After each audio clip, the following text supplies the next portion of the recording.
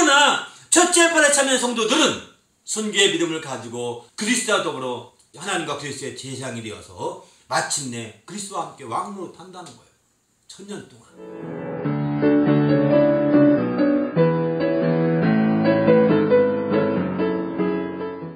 하나님 말씀은 요한계시록 20장 말씀입니다. 요한계시록 20장 1절부터 6절까지 말씀입니다. 요한계시록 20장 1절부터 6절까지 말씀 제가 봉독해 드리겠습니다. 또 내가 봄에 천사가 무저갱의 열쇠와 큰 쇠사슬을 그의 손에 가지고 하늘로부터 내려와서 용을 잡으니 곧 옛뱀이요 마귀요 사단이라 잡아서 1000년 동안 결박하여 무저갱에 던져 넣어 잠그고 그 위에 인봉하여 1000년이 차도록 다시는 만국을 미혹하지 못하게 하였는데 그 후에는 반드시 잠깐 노이리라. 또 내가 보좌들을 보니 거기서 앉은 자들이 있어 심판하는 권세를 받았더라.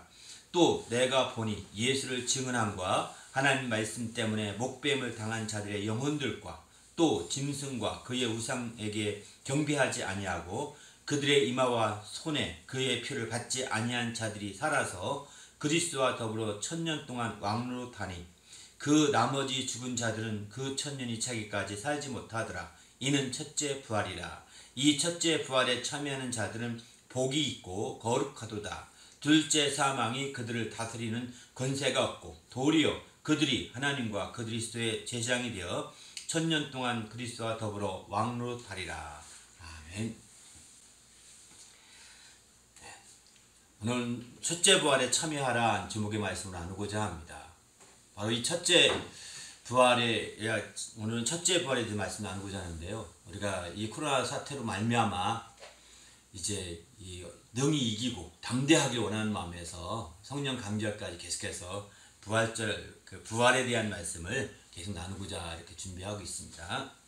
오늘은 첫째 부활에 참여하라, 첫째 부활 중심으로 이렇게 말씀 나누고자 합니다. 우리 그리스도인들은 마지막을 준비하고 대비해야 합니다. 우리가 마지막을 생각하지 못하고 마지막을 바라보지 못하는 성도들은요, 우리는 그 세상 불신자와 다름이 없는 겁니다. 끝이 분명히 있고 그 끝을 우리가 준비하고 예비할 때 진정한 크리스찬으로서의 중심을 잡을 수 있게 됩니다. 우리가 그렇지 못하고 이 끝이라는 것이 정말 불분명하면 불분명할수록 세상 사람들과 같이 살 수밖에 없거든요. 우리가 알다시피 끝이라는 것은, 마지막이라는 것은 시작할 때는 순서대로 왔지만 마지막은 각각 다르다고 하지 않습니까? 그죠? 언제가 누가 먼저 마지막일지 모른다고 하거든요. 사실 그렇기 때문에 마지막은 다 모르는 영역이요, 마지막에 대해서는 그래서 항상 우리가 근신하면서 깨어있을 수밖에 없습니다. 베드로는 우리에게 말하기를 바로 만물이 마지막에 가까웠으니 정신을 차리고 근신하여 기도하라고 이렇게 권고하고 있습니다. 바로 기도하라는 것이고 또 정신 차리고 근신할 것을 권하고 있는 거죠. 만물이 마지막이 가깝다는 것입니다. 그런데 성경에서 이 마지막이라는 개념은 바로 예수님이 이 땅에 오시면서부터 마지막이라고 이렇게 표현하고 있습니다. 이 땅에 오신 초림이죠. 그러니까 2000년 전 그때부터 마지막이니 2000년이 지난 지금은 어떻게 했습니까? 마지막 중에도 마지막이 된 셈이죠. 그만큼 우리가 이 마지막이라는 것이 정말 주님이 오실 때부터 마지막이라고 하셨던 그 마지막 예언의 말씀이 계속 지금까지 우리를 위해서 주님께서 오래 참으신 마지막이거든요. 그렇기 때문에 우리는 더욱더 이 마지막 때에 깨어있어야 되는 거죠. 우리가 테이프 들어갈 때 보면은 처음엔 천천히 들어가는 것 같잖아요. 그죠? 영화 필름 같은 거 있나 볼 때 처음엔 천천히 소리도 안 나고 들어갑니다. 근데 나중에 끝 무렵 가면 어떤지 아시죠? 그 뒤에 영사실에서 영화 필름 돌리는 소리가 팍 앞에까지 들립니다. 그만큼 착착착착착착 돌아가는 소리가 굉장히 빨리 나거든요. 이처럼 오늘날 여러분 이 굉장히 빠르다고 느끼지 않습니까? 그건 마지막에 가깝다는 겁니다. 사실은 옛날에는 모든 게 다 시계도 없고 모든 게 다 느리게 다 살았는데 지금은 엄청 빨라지고 있는 거거든요. 교통수단은 말할 것도 없고 통신수단 말할 것도 없고 이렇게 빨라진다는 것 자체가 마지막 중에 마지막이라는 것을 보여주고 있는 것이죠. 그렇기 때문에 우리는 이런 마지막 때에 정신을 바짝 차리고 근신하며 또 기도하면서 깨어있는 성도가 되시기를 예수님의 이름으로 축원합니다. 할렐루야. 그런데 우리가 흔히들 이런 마지막이라고 할 때 마지막을 우리는 바울사도는 이렇게 표현합니다. 우리가 처음 믿을 때보다 구원의 날이 더 가까워졌다. 그만큼 때가 단축되었다는 걸 강조하고 있거든요. 여러분, 우리가 세월이 지나서 예수 처음 믿을 때가 몇 년 됐나요? 10년이 됐나요? 20년 됐나요? 그만큼 단축된 겁니다. 그때 우리가 근신했는데 지금 근신하지 못하면 잘못되고 있다는 것이죠. 그때 열심히 했는데 지금 열심히 못하면 마지막 준비를 잘 못하고 있는 겁니다. 그래서 우리는 때가 단축되었다는 것을 사도 바울은 굉장히 강조를 합니다. 그래서 우리가 정신을 바짝 차려야 된다. 이제 옛날보다 못해서는 안 되겠다. 더 열심히, 더 때를 따라 더 주 앞에 달려나갈 수 있고 마지막을 준비하는 자가 되어지지 않겠느냐라고 이렇게 증거하고 있는 거죠. 우리가 그렇다면 우리에게 마지막이라고 할 때 마지막 중에 대표적인 것이 뭐냐면 죽음을 가리키거든요. 일반적으로는 죽음이 마지막처럼 생각합니다.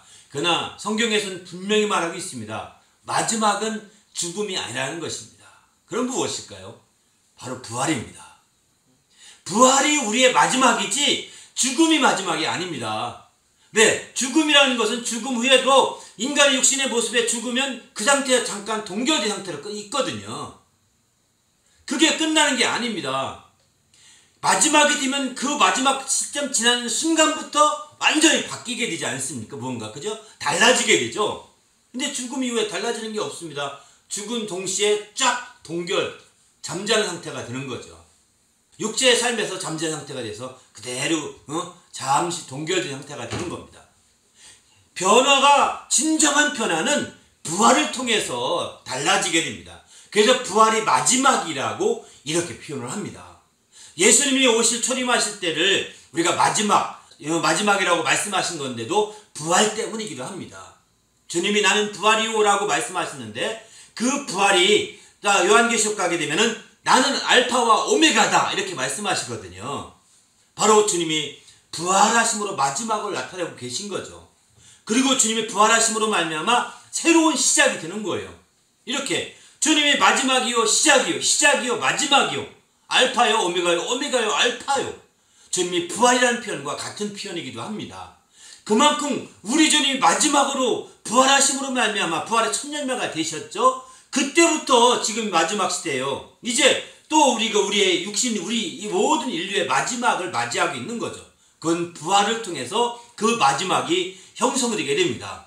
그 부활을 통해서 형성되는데 부활 이후엔 그러면 어떻게 마지막 달라지게 될까요? 부활 이후에는 우리가 지난 시간에 말씀 나눴던 것처럼 고린도서 15장에 잘 나오죠. 바로 정말 썩을 것을 심어서 썩지 아니할 것으로 다시 산다 이렇게 표현합니다. 바로 육의 몸을 심어서 신령한 몸으로 다시 산다 이렇게 표현도 하고요. 욕된 것을 심어서 영광스러운 것으로 다시 살고요. 약한 것을 심어서 강한 것으로 다시 산다 이렇게 표현을 합니다. 이렇게 완전히 부활을 통해서 마지막 부활을 지나는 순간에 완전히 돌변하게 되는 거죠. 달라지게 되는 겁니다. 바로 그래서 부활이 마지막으로 표현하는 거죠. 이런 표현을 이제 다른 고린도서 15장에 다르게는 입는다는 표현을 쓰고 있습니다. 입는다. 그래서 썩을 것을 다 벗어버리고 썩지 아니할 것을 입겠고 죽을 것을 다 벗고 죽지 아니할 것을 입는다 이렇게 표현하죠. 죽지 않을 것을 입는 것입니다. 썩지 아니할 것을 입는 것입니다. 이렇게 부활이라는 것은 그 전과 후가 겉모양마저도 완전히 달라지는 거예요. 이렇게 달라지기 때문에 우리의 신앙생활 자체가 이제 육신적인 삶에서 부활 바로 직전까지 똑같지만 부활을 통해서 완전히 변화가 일어나고 완전히 달라지게 되는 거죠. 그래서 마침내 우리가 주님 안에서 새롭게 될 수 있는 거죠. 우리 모두도 이제 이런 부활을 통하여 주님의 놀라운 정말 우리의 마지막을 철저히 준비하시기 바랍니다. 그래서 우리가 마지막을 준비한다고 할 때 준비한다는 것은 부활을 소망하고 부활의 표대를 향해 달려가는 것을 의미하게 됩니다. 마지막을 준비한다니까 유언장 쓰라는 거 오해하지 마십시오. 물론 캐나다 같은 경우는 유언장 써놔야 된다고 합니다. 왜냐하면 유언을 안 써놓으면 이제 일단 그 돌아가신 분의 모든 것들은 국가 기속이 된다고 합니다. 그리고 마침내 그걸 이제 재판을 통해 받아가는 거 다 못 받아간답니다. 우선적으로 국가 거라는 거예요. 그 다음에 그냥 유언장에 써놓은 대로 그대로 집행이 되는 거죠. 그래서 유언장이 꼭 필요하다 이런 말을 합니다. 물론 마지막 준비할 때 뭐 그것도 필요할지 모르겠죠. 우리가 학생들 수련회 같은 데 갔을 때 이제 내가 1년 뒤에 죽는다 생각하고 유언장 쓰기 운동도 하거든요. 이렇게 연습하면서 같이 유언장 써보자. 엄마 아빠한테 내가 한 달밖에 안 남았다면, 내가 일주일밖에 안 남았다면 어떻게 할 것인가, 무슨 말을 부탁할 것인가 한번 써보자. 이렇게 쓰기 운동도 하는데, 이게 마지막을 대비해서 실습용으로 좀 할 수는 있긴 하겠지만 더 중요한 것은 부활의 핏대를 향해 달려가는 거라는 거예요. 유언장 100개를 써놔도, 아니 10,000개를 써놔도 부활의 핏대를 달려가지 않으면 소용이 없습니다. 소용이 없는 거예요. 마지막 준비가 안 된 겁니다. 유언장은 결국 뭐냐? 하나의 그냥 죽음을 대비해서 죽음을 위한 준비에 불과한 것이지 실제 부활을 위한 준비가 아닌 것이죠. 우리가 부활의 핏대를 향해서 부활에 정말 이루려고 달려가는 그런 삶이 된다는 것은 최고 수준의 마지막을 준비하는 그런 거라고 볼 수 있는 거죠. 우리 모두도 이런 최고 수준의 마지막을 준비하는 성도가 되시기를 예수님의 이름으로 축원합니다. 할렐루야. 아멘. 그러면 이 부활이 언제 이루어질까요? 우리가 앞서서도 이미 부분 언급했지만은 이제 여기서 좀 더 구체적으로 말씀드리려고 합니다. 고린도서 15장 51절 52절에 보게 되면은 이제 주님이 강림하실 때에 이 부활이 이루어지게 됩니다. 주님이 부활이라 하셨기 때문에 부활이신 주님이 임하실 때에 함께 우리도 부활하게 되는 것이죠. 주님을 빼놓고 나 혼자 단독적인 부활이 되지 않습니다. 주님을 뚝 떨어뜨려놓고 나 혼자 단독적으로 이제 때가 됐네, 하나님 부활시켜주세요, 부활, 이게 아닙니다. 주님이 나는 부활이요 라고 하셨기 때문에 그분이 계신 곳에서, 그분이 함께하는 자리에서 그분을 위하여 부활하게 되는 거죠. 그분을 말미암아 부활하게 되는 것이죠. 그분이 부활이시기 때문입니다. 그래서 그분이 강림하시는 날에 그에게 속한 자들이 먼저 죽은 자 가운데서 부활하게 됩니다. 그분이 여기 강림하신다는 것은 이제 재림이죠. 강림에는 보통 초림도 강림한다 이런 구약에서는 표현도 쓰거든요. 근데 여기 신약에서 강림한다는 표현은 재림을 의미하게 됩니다. 주님의 재림하실 때 주님의 속한 자들을 성경은 그리스도인이라고 표현합니다. 그리스도인들이 부활에 동참하게 되는 겁니다. 그리고 마침내 그 다음 마지막이다 라고 이렇게 표현하고 있죠. 24절에 이하 보면은, 그죠? 그렇게 해서 부활하게 되는데, 이제 우리가 그때 어떻게 부활하느냐? 바로 주님의 나팔 소리와 주님이 강림하실 때 나팔 소리가 들리게 되고, 또 호령과 천사의 소리와 하나님의 나팔 소리와 함께 주님이 강림하시는데 그때 호련히 변화된다는 것입니다. 호련히 변화됩니다. 그러면 우리가 여기서 이런 질문이 생길 겁니다. 왜 그때 부활을 참된 부활이라고 표현하느냐면, 그러기 전에 사람들이 죽었다 사는 것도 부활이라고 그러지 않습니까? 근데 그 부활과 예수님이 부활의 첫 열매요. 그 다음에 예수에게 붙은 자들, 예수에 소속된 자들이 부활하는 부활은 차이가 있습니다. 앞에 부활은 육신의 몸으로 죽었다가 육신의 몸으로 다시 살아나는 거거든요. 이 몸 그대로. 다시 말해 시간과 공간이 제한받는 몸으로 살아나는 것이죠. 그러나 이제 예수님의 첫 열매가 되신 그 부활은 시간과 공간에 제한받는 몸이 아닙니다. 신령한 몸으로 다시 입은 것입니다. 호련히 변화된다는 표현이 신령한 육의 몸을 벗어버리고 신령한 몸으로 다시 입는 거거든요. 신령한 몸이 되게 되면 우리가 아다시피 시간도 제한받지 않고 공간도 제한받지 않습니다. 예수님이 그래서 부활하신 후에 제 아들 앞에 나타나실 때 문이 잠겨있음에도 불구하고 문도 안 여시고 쓱 들어오시잖아요. 그게 가능한 일일까요? 투명 인간이 쓱 들어오듯이 문도 안 열고 쓱 들어옵니다. 상상도 안 되는 일들이 벌어집니다. 신령한 몸이기 때문입니다. 이렇게 우리가 그리스도 안에서 부활할 때도 마찬가지죠. 신령한 몸으로 부활하기 때문에 이제 신령한 몸으로 부활해 시간과 공간에 제한받지 않게 되는 것이죠. 그 이전에 죽은 자가 살아난 것은 하나의 부활의 그림자 같은 거라고 그럴까요? 비유적으로 이해할 수 있겠지만 그건 참된 부활이라고 하지 않고 오히려 부활의 첫 열매를 예수 그리스도로 말씀하시고 예수 그리스도에게 붙은 자들, 소속된 자들이 다시 부활해야 하는데 이 부활을 첫 번째 부활이라고 해서 첫째 부활이라고 표현합니다. 예수님이 첫 열매고 그 다음에 인류로서는 첫 번째 부활하는 거죠. 바로 그래서 첫째 부활이라고 이렇게 표현하고 있습니다. 그 다음에 또 첫째 부활이 있다는 얘기는 그 다음 또 부활이 있다는 얘기죠. 그 다음 부활은 마지막 최후의 심판을 앞에 두고 그때 부활하게 됩니다. 그때도 최후의 심판에 주님이 먼저 함께 하시기 때문에 그 앞에 다 나가기 위해서 부활하는 거죠. 그때 최후의 심판을 앞두고 부활하는 둘째 부활에는 둘째 부활에는 크리스찬만 의인만 부활하는 것이 아니라 악인들도 부활합니다. 불의한 자들도 부활합니다. 모든 인류가 다 부활합니다. 지금 부활을 안 믿는다고 100번 우겨도 그 사람도 부활합니다. 그때 부활해서 육신의 몸으로 아닌 신령한 몸으로 부활해서 마침내 영원히 형벌을 받게 돼 있습니다. 신령한 몸으로. 심각한 문제인 거죠.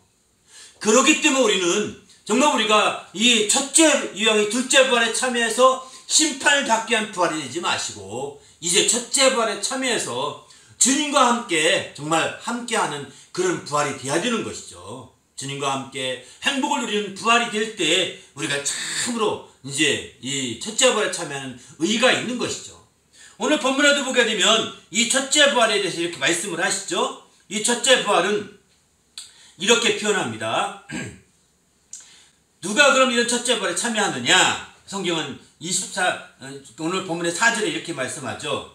예수를 증언함과 또 하나님 말씀을 이제 때문에 목뱀을 당한 영혼들이 부활한다 이렇게 표현하고 있습니다. 예수를 증언하다가 목뱀 당한 영혼, 또 하나님 말씀을 증거하고 전하면서 그 말씀 때문에 목뱀을 당한 영혼들, 다시 말해서 순교자들이라고 표현하고 있는 거죠. 순교자들이 이제 부활하게 되는 겁니다. 물론 여긴 목뱀 당한다, 어떤 분들은 이렇게 표현하니까 이제 목뱀 당한 자만 그럼 첫째 부활에 참여합니까? 그러면 지금 목뱀 당하지 않았으면 어떡하죠? 똑같이 순교했다 하더라도 오늘날은 목뱀, 옛날에 칼이 가장 큰 무기니까 칼로 목뱀 당하지만 지금은 총으로 많이 순교도 하잖아요. 그죠? 지금은 총뿐만 아니라 교성도 많이 시키잖아요. 또 막 다른 방식으로 많이 이렇게 죽게 하는데 이런 다양한 것도 어떻게 하느냐? 그러니까 여기서 지금 이 목뱀이라는 단어를 문자적으로만 봐서 안 된다는 것입니다. 순교한 자들이라고 표현할 수 있는 거죠. 순교한 자들. 이렇게 순교한 자들이 정말 순교한 자들의 믿음과 동일한 믿음을 가지고 나간 그런 자라고 볼 수 있는 거죠. 여기서 순교한 자라고 하니까 그러면 순교한 자라고 할 때 이렇게 목뱀 받지도 않고 또 총사령 당하지도 않고 또 다른 여러 가지 형태로 다른 사람의 죽임을 당한 것이 아니라 자기가 육신으로 살다가 하나님 부름받아서 자연사했다. 그러면 어떻게 될까요? 그러면 그들은 첫째 부활에 참여하지 못할까요? 그렇지 않다는 겁니다. 그런 사람 중에 대표적인 사람이 사도 요한이에요. 사실 12사도 가운데 사도 요한은 순교하기보다는 만수를 다 누리시고 하나님 부름받아서 이렇게 소천했다 이렇게 생각하거든요. 다들 그렇게 표현하는데 가장 오래 산 그 사도죠. 사도가 알다시피 첫째 부활에 참여 못하지 생각지 않지 않습니까? 주님이 말씀하시기를 이제 12사도가 각각 12지파를 다스린다고 했는데 그런 첫째 부활에 참여해서 그리스도와 함께 다스리는 이와 같은 정말 놀라운 왕노릇하는 역사를 주님이 이미 말씀하셨거늘 사도 요한이 첫째 부활에 참여 못한다 단언할 수 없는 거죠. 이런 측면에서 볼 때 여기 목뱀 받은 자들을 순교자다 딱 이렇게 하기보다는 순교의 믿음을 가진 자 이렇게 보는 게 좋을 것 같습니다. 오늘 신약시대에 와서 우리에게까지 적용한다면 그게 첫째 부활에 누가 참여하느냐? 바로 순교의 믿음을 가진 자라고 보는 거죠. 정말 순교자와 동일한 믿음, 순교자와 다름이 없는 그런 믿음. 정말 우리가 그런 믿음을 가진 자가 순교당할 핍박받는 그 시대에 있더라면 반드시 순교했을 그런 사람들, 이런 사람이라고 볼 수 있는 거죠. 지금 시대는 옛날처럼 핍박받는 시대가 아니다 보니까 그런 순교의 역사가 작을지 모르겠지만 정말 그래서 우리가 이런 첫째 부활에 참여하기를 더 소망하고 믿음으로 준비하는 거 굉장히 중요한 것 같습니다. 핍박을 받을 때는요 믿음이 더 좋아집니다. 왜? 매달릴 건 그분밖에 없거든요. 그리고 이렇게 벽에 부딪히고 한계에 부딪히니까 막 그분 매달리고 받기도 하면 그분이 금방 응답하신 것 같이 느낀다고요. 그분이 응답하시고 인도하심을 금방금방 체험할 수 있거든요. 이렇게 체험하다 보니까 확실한 믿음이 생겨서 쉽게 더 순종할 수 있고 순교할 수 있는 그런 기회가 되거든요. 근데 오늘날 시대는 그게 없습니다. 어떤 벽도 못 느끼고 한계도 못 느끼고 하다 보니까 사실은 기도도 안 합니다. 그런 어려움이 있으면 기도할 텐데 하지 말아도 돼요. 한계에 부딪혀보시면 하지 말아도 막 울면서 기도합니다. 여러분 옛날에 울면서 기도했던 적 있으시죠? 언제 그랬습니까? 어떤 절박함이 있을 때 그러지 않습니까? 근데 그때 일생의 사람이 몇 번이 없거든요. 그러니 그런 믿음을, 하나님이 살아있는 순교자의 믿음을 체험한다는 게 사실 어렵습니다. 그러다 보니까 자꾸 믿음이 흐트러지고 약해지는 거죠. 이렇게 되면서 점점점 순교자와 같은 믿음을 발견하기가 어렵다고 볼 수 있는 겁니다. 우리 주님은 심지어 그래서 이렇게까지 말씀하십니다. 인자가 올 때 이와 같은 믿음을 본 적이 있게 볼 수가 있겠느냐라고 이렇게 말합니다. 주님이 재림할 때 그런 믿음을 보기 어렵다는 거예요. 그때 인자가 올 때 그런 믿음을 보게 되는데 그 믿음이 어떤 믿음이냐면 어떤 과부가 있습니다. 어떤 과부가 있는데 이 과부는 당시에 재판장이 과부는 밥처럼 여겼거든요. 다 빼낸다고 합니다. 근데 그 과부가 억울한 일이 있어 재판을 쫓아갔는데 재판장이 응답을 안 합니다. 지원을 안 합니다. 과부라고 무시하는 거죠. 또 계속 쫓아갑니다. 계속 쫓아갔더니 그 재판장이 괴롭다. 저 사람이 다시 또 쫓아올 게 뻔하니까 응답해주자. 내가 들어주자. 한 가지 뭐 내가 손해볼 것도 없는데 하고서 들어주었거든요.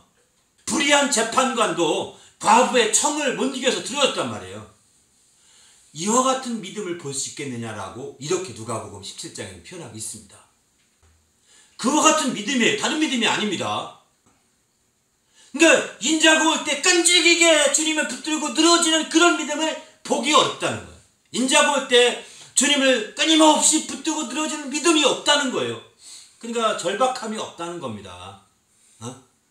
절박함을 못 느끼고 산다. 그냥 인간의 풍성함 가운데 널널하게 사는 거죠. 그나마다시피 이제 부족함이 있고 나약함이 있고 병약함이 있고 이런 사람들은 절박함이 많이 느껴지거든요. 그래서 이런 절박함 때문에 더 주님께 붙들고 늘어지고 이렇게 하다 보니까 주님이 찾으시는 그런 믿음을 가질 수 있는 거죠. 순교자의 가진 믿음이 그런 믿음 중에 그런 믿음을 대표적으로 꼽고 있는 겁니다. 그러면 순교자와 같은 믿음을 가지면 어떻게 신앙생활을 할까요? 그 성경은 이렇게 말하면 죽도록 충성하는 자들이 되는 것이죠. 죽도록. 요한계시록에 보게 되면은 죽도록 충성하라. 그러면 내가 생명의 멸관을 내게 주리라. 계시록 2장 10절에 이렇게 말씀하시죠. 이처럼 죽도록 충성하라는 것입니다. 다시 말해서 정말 자기 생명을 다해서 충성하게 되면 생명으로 보존해서 생명으로 보호해 그대로 갚아주겠다는 거죠. 생명의 멸관을 주겠다는 것을 의미하게 되는 거죠. 이만큼 우리가 순교자가 가진 믿음이라는 것은 그저 형식적인 믿음이 아닙니다. 실제 정말 죽도록 자기 생명을 다해서 드려주는 참된 믿음임을 볼 수가 있는 거죠. 우리도 순교자의 가진 믿음을 가지시길 바랍니다. 그래서 죽도록 충성하고 헌신하는 겁니다. 이렇게 헌신할 때 내가 생명을 다해서 충성하고 헌신했으니 나도 너에게 생명의 멸관을 주리라고 이렇게 말씀하고 있는 거죠. 그래서 사도행전에 20장 24절 보게 되면 이런 말씀을 합니다. 사도 바울은 바로 주 예수께 받은 사명 곧 은혜의 복을 마치려 하면은 바로 나의 생명조차도 조금도 귀한 것을 여기지 아니한다 이렇게 표현하죠. 주 예수께 받은 사명을 감당하기 위해서 은혜의 복음을 증거하는데 그 은혜의 복음을 증거함에 있어서 나의 생명조차도 조금도 귀한 것을 여기지 않는다는 거예요. 죽도록 충성하는 것을 의미하는 거죠. 이렇게 바로 우리의 생명조차도 자신의 생명조차도 조금도 귀한 것을 여기지 아니하고 정말 온전히 그 일에 사명을 다하는 것 이게 바로 순교자가 되는 길이 아니겠습니까? 우리 모두도 이렇게 참된 순교자가 되어서 주님 앞에 서는 주의 성도가 되시기를 예수님의 이름으로 축원합니다. 할렐루야. 그래서 우리 자신이 적극적으로 정말 첫째 부활에 참여하기 위해서는 우리의 생명을 아끼고 우리의 목숨을 아끼고 우리의 마음을 아끼고 우리의 몸을 아끼고 우리의 생각과 우리의 뜻을 아끼는 시기 되서는 안 된다는 겁니다. 그래서 다 하는 것이죠. 마음도 다하고 뜻도 다하고 힘도 다하고 몸도 다하고 또 더 나아가서는 이렇게 성품까지 다하는 것이라고 말하고 있지 않습니까? 그래서 이렇게 해서 하나님을 사랑하라 이렇게 표현하죠. 이게 바로 순교의 지름길이죠. 우리는 어떤 일을 하든 간에 순교자가 되기 위해서는 우리 마음을 다하시고 성품을 다하시고 힘을 다하시고 뜻을 다하여서 우리 주님을 사랑하시고 우리 하나님을 사랑하시길 바랍니다. 그렇게 해서 자기 생명을 조금도 귀한 것을 여기지 아니하고 주 예수께 받은 사명을 감당한다면, 비록 그가 그렇게 살았다면, 비록 자기가 육신의 만수를 다한다 하더라도, 그리고 마침내 이제 하나님의 부름받아서 조용히 갔다 하더라도 순교의 이 사슬로 사라지지 않고 마침내 이렇게 조용히 하나님의 부름받았다 하더라도 순교자를 여기실 거라고 저는 확신합니다. 그들 모두가 다 첫째 부활에 참여할 수 있는 길이 열릴 거라는 거죠. 우리도 이런 첫째 부활의 놀라운 주의 축복을 누리는 성도가 되시기를 예수님의 이름으로 축원합니다. 그러면 이런 첫째 부활에 참여하면 어떤 혜택이 있을까요? 우리 오늘 본문에 보게 되면 끝절에 6절에 이렇게 말씀하죠. 이 첫째 부활에 참여한 자는 복이 있고 거룩하도다. 둘째 사망이 그들을 다스리는 권세가 없고 도리어 그들이 하나님과 그리스도의 제사장이 되어 천년 동안 그리스도와 더불어 왕노릇하리라 이렇게 말씀합니다. 그렇습니다. 첫째 부활에 참여하게 되면 먼저 복이 있다는 것입니다. 복이 있다는 것은요, 주님의 행복으로 행복해진다 이런 뜻입니다. 첫째 부활에 참여한 자는 주님의 행복을 주님과 함께 행복해지신 사람이 된 겁니다. 할렐루야. 그게 진정한 복인 거죠. 하나님의 행복으로 행복한 것이 최고의 복인 겁니다. 우리가 재물을 가지고 복을 말하고 또 다른 것 가지고 복을 세상에 많이 말하지만 이거는 참된 복이 아니고 복의 그림자입니다. 참된 행복은 하나님의 행복인 것인데 그 행복으로 행복한 자가 누구냐? 바로 첫째 부활에 참여한 자라는 거죠. 그런 자는 행복한 자는 바로 거룩하도다 이렇게 표현하죠. 거룩하다고 인정받는다는 거예요. 하나님은 거룩하다고 말씀하셨어요. 하나님이 거룩하다 너희도 거룩할지어다 라고 했는데 이처럼 거룩하신 분이 거룩하다 라고 할 만큼 거룩함을 인정한 거거든요. 너는 참으로 세상에 많은 사람과 달리 구별된 사람이다 라고 인정한 거거든요. 너는 거룩한 사람이다 라고 인정해 주신 거예요. 하나님의 인정을 받은 사람이 되는 거죠. 첫째 부활에 참여한다면. 더 나아가서는 이제 사망이 그들을 다스릴 권세가 없고 이렇게 표현합니다. 사망의 영향권에서 완전히 벗어나게 된다는 것입니다. 첫째 부활에 참여한 자들은 사망의 영향권, 사망의 그늘에서 완전히 벗어날 수 있는 거죠. 오늘날 우리가 바이러스 때문에 우리는 약간 쫄고 있지 않습니까? 감염될까봐 약간 두려워서 아무나 못 만나고 어디 가지도 못하고, 물론 뭐 정부 시책도 있긴 하지만 우리 마음에서도 이미 그 동의한 바가 있어서 그러는 것도 있는 거거든요. 그러면서 요즘에는 다 이제 그것 때문에 심지어 어떤 사람들 공포감을 느낀다고 그럽니다. 이게 한 달 넘어가고 이렇게 되면서부터 막 점점 더 심각하게 느껴지는 거죠. 이런 상황에서 이게 다 왜 우리 공포감을 느끼고 왜 다 두렵고 그럴까요? 바로 우리가 죽음의 종로 타고 있기 때문인 것입니다. 죽으면 어때? 뭐까지 간다면 그 아무 두려움이 없지 않겠습니까? 그런데 죽음의 그림자가 드리워지고 있고 그것에 종로 타고 있기 때문에 나타나는 현상들입니다. 그러나 알다시피 둘째 부활에 참여한다면, 둘째 부활에 참여할 수 있는 부활의 능력을 힘입다면 이와 같은 쫄림에서 벗어날 수가 있는 거죠. 이와 같은 사망의 그림자에서 완전히 벗어나서 우리 영혼이 새롭게 도전할 수 있는 심령이 될 수 있는 거죠. 우리도 이제 부활의 능력으로 정말 새롭게 온전히 사망의 그림자에서 벗어나고 사망의 영향권에서 완전히 벗어나는 성도가 될 수 있기 바랍니다. 첫째 부활에 우리가 참여한다면 바로 그런 자가 된다는 것입니다. 그리고 우리가 비록 첫째 부활에 참여하지 못하고 첫째 부활에 참여할 수 있는 능력을 가진다고 한다면 이 땅에 있을 때에도 이런 믿음의 담력을 발휘할 수 있는 거죠. 담력을 발휘해서 사망아 너 이기는 것이 어딨느냐? 사망아 너 쏘는 것이 어딨느냐? 이렇게 할 만큼 부활의 능력을 가진 자들은 사망에 대해서 담대한 도전과 경고를 할 수 있고 사망을 선포할 수 있는 것이죠. 우리 모두도 이렇게 첫째 부활에 참여하되 그 부활의 능력으로 말미암아 담대한 주님의 성도가 되시기를 예수님의 이름으로 축원합니다. 할렐루야. 마지막 한 가지는 바로 첫째 부활에 참여하게 되면 하나님과 그리스도의 제사장이 되어서 마치 천년 동안 그리스도와 더불어 왕노탈이라고 이렇게 말씀합니다. 바로 이 천년왕국이 지난 다음에 최후의 심판이 있거든요. 최후의 심판까지 수많은 인류들이, 모든 인류들이 다 심판 앞에 쪼리고 있지 않겠습니까? 나는 심판 때 어떻게 될까? 나는 심판 다 그렇게 벌벌 떨고 있는 동안에 바로 첫째 벌에 참여한 사람들은 천년 동안 그리스도와 더 행복을 누릴 수 있는 기회가 된다는 것입니다. 할렐루야. 남들은 다 불의한 자는 더 말할 것도 없죠. 최후의 심판 앞에 벌벌 떨 것입니다. 계속 떨 것입니다.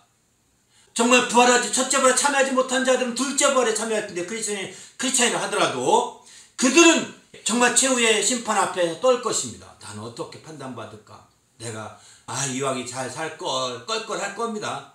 그러나 첫째 벌에 참여한 성도들은 순교의 믿음을 가지고 그리스도와 더불어 하나님과 그리스도의 제사장이 되어서 마침내 그리스도와 함께 왕노로 탄다는 거예요. 천년 동안. 그 천년왕국 이후에 드디어 영원한 날에 들어가게 되는 것이죠. 그렇기 때문에 우리가 이 첫째 벌의 참여를 소망하는 것입니다. 이 첫째 벌의 참여를 누구보다 바라보고 누구보다 더 되기를 간절히 소망하는 거죠. 우리 모두도 이런 첫째 벌을 통하여 주님의 축복을 누리는 주님의 성도가 되시기를 예수님의 이름으로 축원합니다. 그래서 이 첫째 벌의 그 부활의 능력으로 더 행복에 도전을 하십시다. 행복의 길로 나가십시다. 그게 바로 행복의 지름길입니다. 우리 모두 이 부활의 능력을 힘입어 행복의 삶을 살 수 있도록 행복의 길로 나아가는 한 주간 될 수 있도록 인도해달라고, 이를 위해서 첫째 벌에 참여할 수 있는 그 능력을 기울 수 있도록 깨어있어 준비하고 되어주는 자가 될 수 있도록 인도해달라고 오늘 말씀 생각하면서 간절히 기도하겠습니다. 하나님 아버지 감사합니다. 오늘 또 우리 하나님이 도우시고 인도하여 주셔서 하나님 말씀으로 충만하게 하시고 주님을 기쁘시게 하기에 조금도 부족함이 없도록 거룩한 아버지에 이끌어 주시옵소서. 주의 말씀을 통하여 우리 심령이 새롭게 되며 주의 말씀을 통하여 우리 심령이 더욱더 온전한 역사들을 이루기에 조금도 부족함이 없도록 아버지여 이끌어 주시옵소서. 생명과 성령이 충만하여 우리 영혼이 새롭게 되게 하시되 첫째 벌에 참여할 수 있는 그 부활의 능력으로 세상을 향하여 담대히 나가며 부활의 표를 향하여 담대히 나가는 주님의 모든 성도가 되도록 인도하시고 함께하여 주시옵소서. 감사하며 예수님의 이름으로 기도하옵나이다. 아멘. 하나님 아버지 감사합니다. 오늘 또 우리 하나님이 축복하시고 인도하셔서 우리가 온전히 첫째 벌에 참여할 수 있는 믿음의 성도들이 되도록 도와주시옵소서. 우리가 온전히 지금 순교의 자리는 없지만 정말 순교하는 자들과 똑같은 믿음을 갖게 하셔서 정말 순교하는 자들의 믿음과 동일한 믿음을 갖게 하셔서 주의 뜻대로 살게 하시고 주의 말씀대로 순종하게 하사 이제 온전히 첫째 벌에 참여하는 성도가 될 수 있도록 도와주시옵소서. 이 일을 위하여 우리가 예수를 증거하게 하시고 또 하나님 말씀을 전하며 하나님 말씀을 위하여 살 수 있도록 주여 역사하여 주시옵소서. 그리하여 마침내 그렇게 순교의 믿음을 발휘함으로 말미암아 주님이 강림하시는 그날에 주님과 함께 정말 첫째 벌에 참여하는 귀한 축복을 누리게 하여 주심으로 말미암아 우리 하나님의 행복을 누리는 귀한 성도가 되게 도와 주시옵소서. 이제 세상은 다 정말 온전히 마지막 심판을 앞두고 벌벌 떨 때에 우리는 그리스도와 더불어 왕노릇하며 주님의 행복을 누리는 참된 그 모든 시간을 가질 수 있는 자들이 바로 첫째 부활에 참여한 자라고 했사오니 우리도 이런 첫째 부활에 참여함으로 능히 승리하게 도와주시고 이런 행복의 길로 나갈 수 있도록 인도하여 주시옵소서. 특별히 이런 첫째 부활에 참여할 수 있도록 부활의 능력을 힘입어서 이제 세상에 이런 바이러스 사태 때 우리가 쫄리거나 두려워하거나 공포감에 쌓이지 아니하고 오히려 믿음의 큰 담대함으로 세상을 이기는 자가 되게 하시고 온전히 하나님을 기쁘시게 하는 자가 되도록 인도하여 주시옵소서. 오늘 또 주의 뜻대로 살기로 정말 함께 축복하며 정말 그들을 인도하여 주셔서 늘 주 안에서 승리하도록 역사하여 주시옵소서. 감사하며 예수님의 이름으로 기도하옵나이다. 아멘.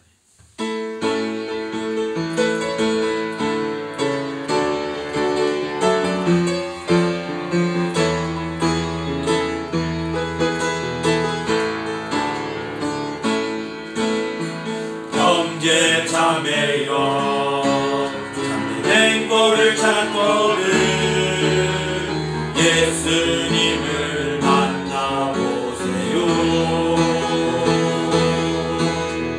그분으로 인하여 평안을 얻으며 나와 같이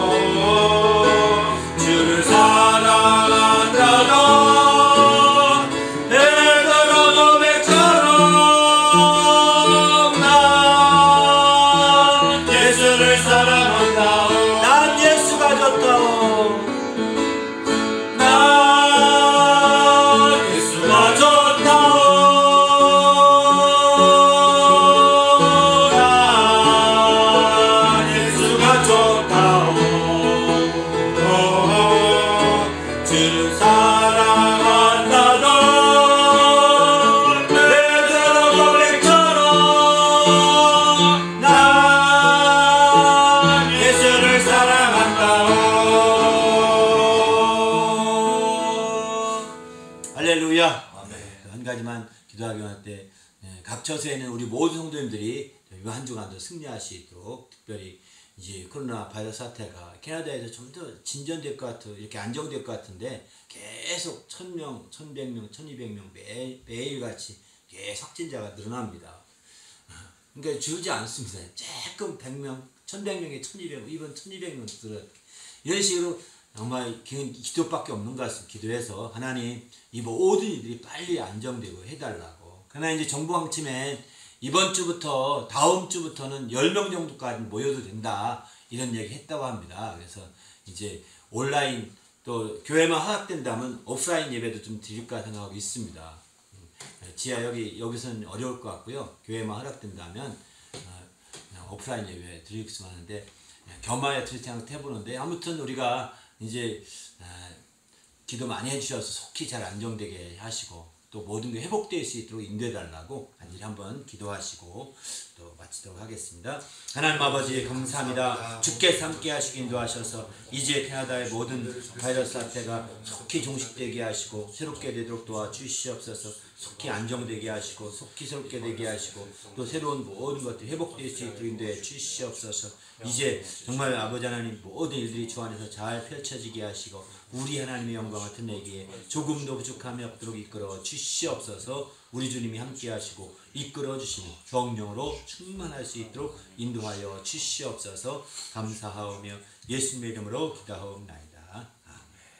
이제는 우리 구주 예수 그리스도의 은혜와 하나님 아버지의 크신 사랑과 성령님의 교통하심이 이제 첫째 벌에 참여하고자 도전하고자 더 믿음을 발휘하는 모든 주님의 성도들 위에와 그 가정과 교회 위에 지금부터 영원토록 함께 있을지어다. 아멘.